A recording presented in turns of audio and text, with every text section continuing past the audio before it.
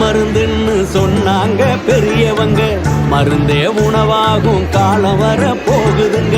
நொறுங்க தின்னாக்கா நோயோடி போகுமுங்க, பொருந்த சொன்னாங்க பொறுப்பாக கேட்டுக்கங்க.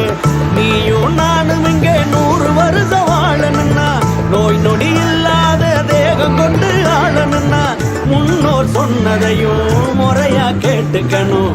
முதன்மை தேகம் ஒண்ணு தலையில போட்டுக்கணும். ஆட்டி வைத்தியமும் நாட்டு சமையலும் நாக்க ஊற வைக்கும் வீட்டு கைமணம்.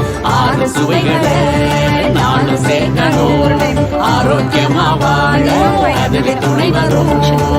உணவே மருந்துன்னு சொன்னாங்க பெரியவங்க, மருந்தே உணவாகும் காலம் வர போகுதுங்க.